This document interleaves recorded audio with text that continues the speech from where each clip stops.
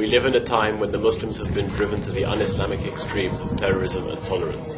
The senseless and nihilistic violence of terrorism has only harmed Muslims around the world. The doctrine of tolerance has become a denial of the superiority of Islam over other religions.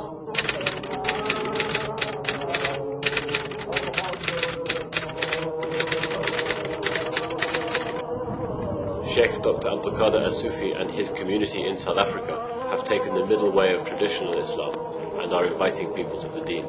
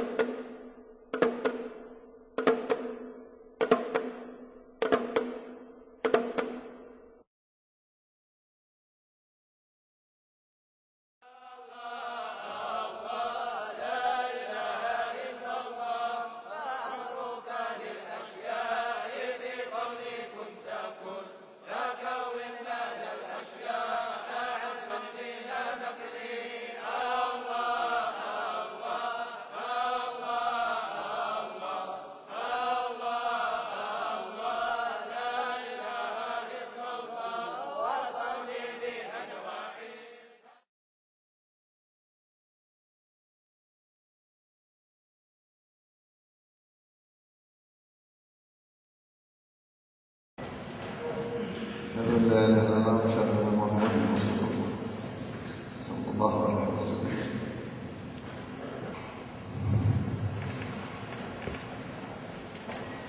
This is a very, very important moment for each person here, and especially for those who are going to enter the Deen of Islam. That is the most important moment of your life. And it is written for you, and is your protection and your guarantee of the mercy of Allah subhanahu wa ta'ala on the day of rising. But I want to share with you that this day did not happen by accident or by an immediate arrangement. First of all, our gathering together has been written for all of us before the creation of the world. And that is the secret reality of every moment of our lives. But it is at a moment like this that you can understand, because everyone who is here today has come by a separate path, has come by a lonely road, has come through struggle, has come through pain, has come through fear and uncertainty. And all these difficulties of life, which are life itself, have culminated in us being here together. and we have come together just for the sake of Allah. And when Rasul sallallahu alaihi wasallam said, when a man comes out of his house just for the sake of Allah to meet another Muslim, he is accompanied by 70,000 angels. So you must understand what a sublime and important event this is. If we knew how important it was, we would feel we needed never to do anything again. But it is the beginning of something, it is the motor of something which will drive you in a strong path, in a clear path for the rest of your life. This is the promise of Allah subhanahu wa ta'ala. I just want to remind you that the Shahada is the confirmation of the unity of Allah. Allah is one and nothing associated with Him. And that Muhammad sallallahu alaihi wasallam is His messenger, the last of the messengers. The unity of Allah is best defined in Surah Al-Ikhlas. It says, Qul huwallahu ahad, say Allah is one. Allah is Samad, Allah has endless wealth. Endless wealth meaning that He is the possessor of all the forms, the whole cosmic creation.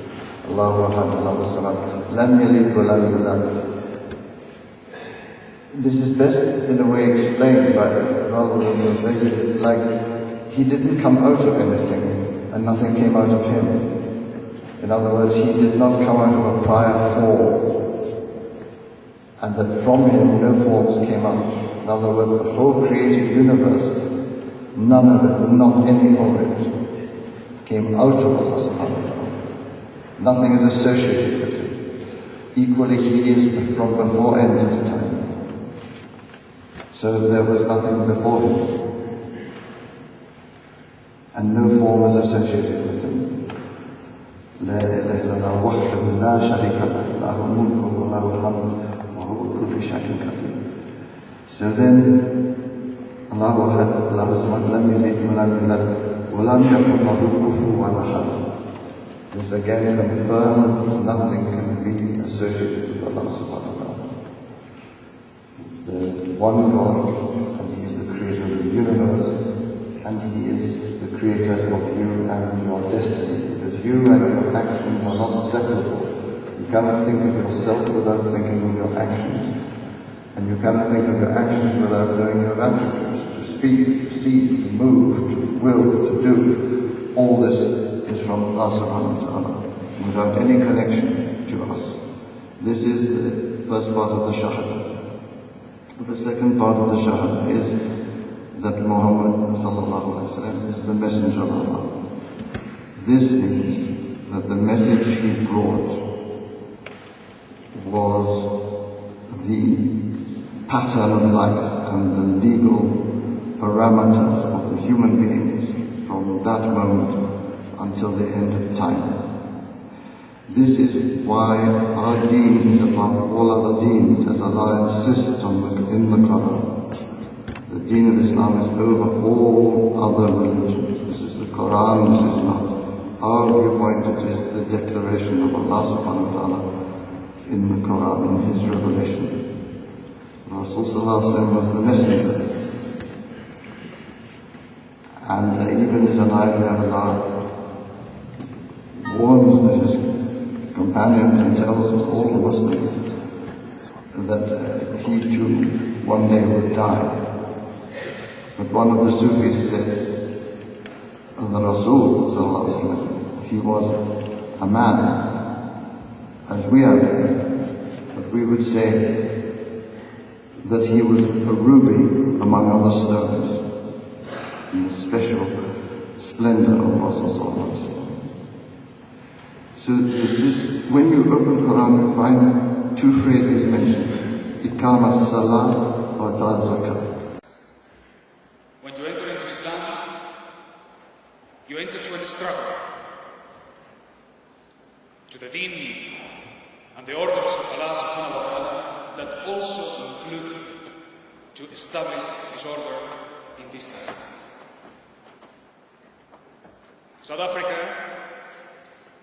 has had an struggle and has been able to get rid of political tyranny. But there is a second struggle that still needs to take place, not only in this country, but in the entire continent. And this is an economical struggle for which only Islam has the answers. Syaikh Abd Qadir has pointed out that you come to the deen and you say Shahada and Salat 5 times a day. And then you collect Zakat. You pay or you are beneficiaries of Zakat. And let me tell you what is Zakat. Zakat means that 1/40 of all the wealth that is accumulated among all the people in this country belongs to the poor. It means that 1/10 of all the gold that is mined in this country belongs to the poor. 1/10 of all the gold that Anglo Gold is taking out does not belong to them. It belongs to the people of Shishankube and the people of Kailija and the poor of this country. 10% of the platinum, 10% of the gold, as it comes out of the earth, you don't have to wait 1 year. As it comes out of the earth, should be collected and distributed among the people, the poor people of the country. 10% of all the agricultural produce, everything that comes out of the farms, 10% belongs to the poor. It does not belong to the state, it belongs to the poor. It's collected as it comes out of the earth and is distributed within 24 hours among the poor people of the country. 10% of all the feeding more than 10% of all the bottom line of society. Or 20% of all the agricultural produce if the land is irrigated. 20% of the peaches, 20% of the apples, 20% of all the fruits belong to the poor. This will get rid of the poverty. Zakat is the redistribution. Zakat is not the collection of the state. Zakat is the order of God, the order of Allah subhanahu wa ta'ala, saying that these commodities, these merchandise, these goods do not belong to anybody except the poor. And in Islam, this money is collected and distributed within 24 hours. It doesn't stick in the fingers of administrators. It's not used to be invested. It's not held. It's collected and distributed as soon as possible directly to the beneficiaries. This is zakat. Zakat is not charity. When the person pays zakat, is not giving charity, because it does not belong to him. The gold that belongs to the people of this country, that is not being paid, does not belong to anybody except the people of Shishankube and the people of Kailija and the poor of this country. It belongs to them. It's not charity taken from them. It's simply establishing the command of Allah, the way He has said this world has to be run. Remember also that Rasul said that in the last days the deen would come to this continent. You are the future of Islam, and you are the future of your country. And we hope that you will be the highest and best citizens of this country, until by your nobility and your excellence you will draw the whole country into the deen of Islam. That is your destiny, to fulfill this duty and this task, to be the bearers of Islam for the future, and to make this a Muslim country. And we are fortunate that you have come through a struggle for freedom and you gained a political freedom. Beyond that is another story, which is financial and economic freedom, which has not been gained, but it cannot be gained by terror or by struggle. It can be gained only by men with a new spirit who restore the law of Islam in a just way. Big responsibility is on your shoulders, and those who say Shahada today will become among the noblest people in the world today, because the light of Islam has flourished in this country over the last few years, and it will continue to flourish until we see the country Muslim.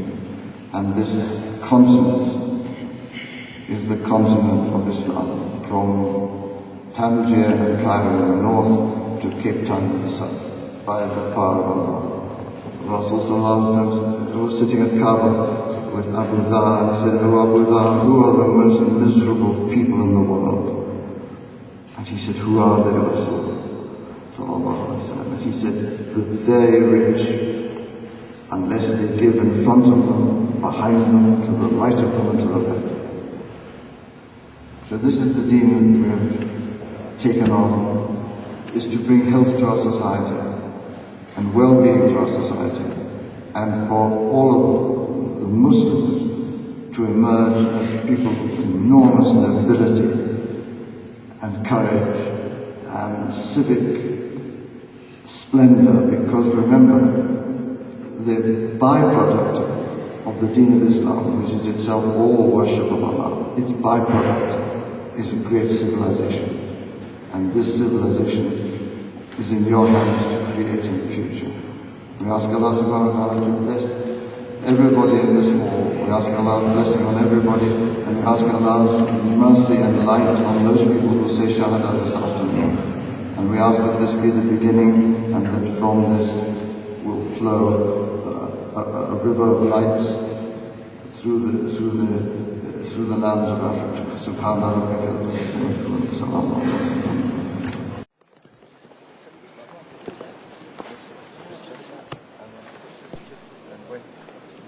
مولاي صل وسلم دائما ابدا على حبيبك خير الخلق كلهم يا ربي صل على محمد وعلى سادته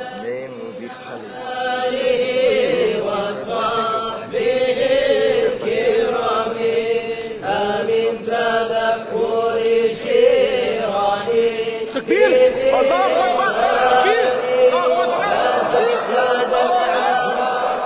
You have 5 obligations when you become a Muslim. I'm going to repeat them to you. Okay. First one is to do what you are about to do. It's Shahada. So you have to say, there is no God except Allah. I'm going to say it after you. You have to say yes. And Muhammad is the messenger of Allah. Okay, you say it in Arabic, Ashhadu an la ilaha illallah, Ashhadu anna Muhammadur Rasulullah. Okay, this is the first obligation. The second is that you have to pray 5 times a day. Do you agree with that? You will have to pay zakah, which is a tax payment that you have to make or receive. The zakat is for the poor, so either you receive the payment or you have to pay to the poor. Depending. Okay? Then you have to fast during the month of Ramadan. Is that the third obligation? This is the 4th obligation. Shahada, Salat, that's the prayers, then the payment, and the 4th is the fasting. The fasting, which means that from sunrise to sunset, you cannot eat, drink, or have sexual intercourse. During the month? During that month. And then the 5th obligation is only if you can. You have to go to Mecca once in your lifetime if you can. To make the pilgrimage. That is the Hajj. Do you agree with that? Yes. Then you are welcome. Now you have to repeat after me. Ashhadu an la ilaha إلا الله وأشهد أن محمد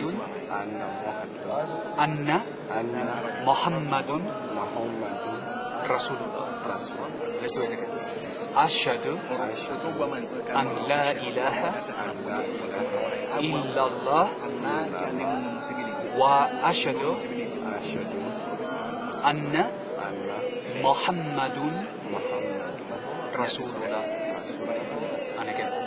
أشهد أن لا إله إلا الله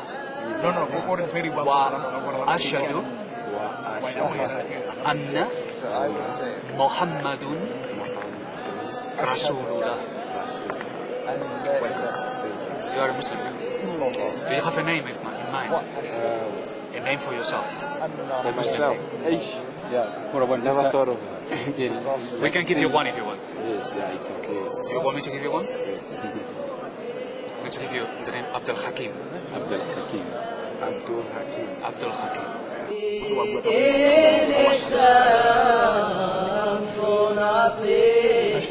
الشيب في أعلني والشيب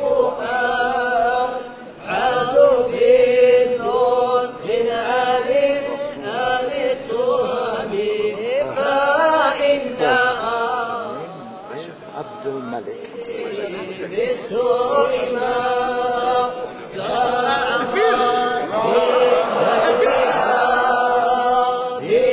بنذير الشيب والهرم ولا أعاد فيها الفعل الجميل شامل خرام ضيف ألا ما برأسي غير محتشم لو كنت أعلم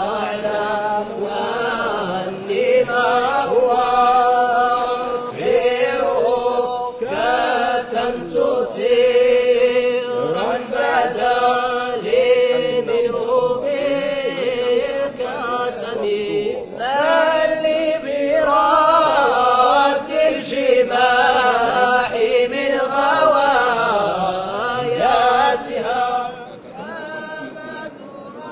عبد الله مفتاح الخير بالنجوم فلا تروم بالمعاصي كسر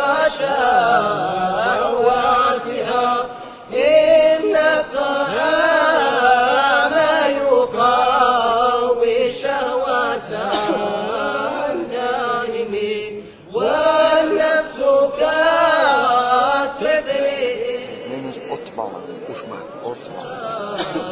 على حب الرضاع وإن تطر ينفطم فاصرف وحاضر أن توليه إن الهوى ما تولى يسمي أو يصيبي ورائها وهي في أعمال ساهرة وإن هي سحرة مرعى فلا تصيبي كم حسنت لذة للمرء قاتلة من حيث لم يدرها حسن سامي واخشى سائس من جوع ومن شبع فرب مخمصة شر من التخام واستغرق دمع من عين قد امتلأت من اللحارم وزمحية الندم وخالف نفس والشيطان وعسيهما وإنهما ما حضرك نور الله مولاي صل وسلم دائما أبدا على حبيبك خير الخلق الخلق كلهم. يا ربي صل على محمد وعلى سادتنا آله وصحبه الكرام.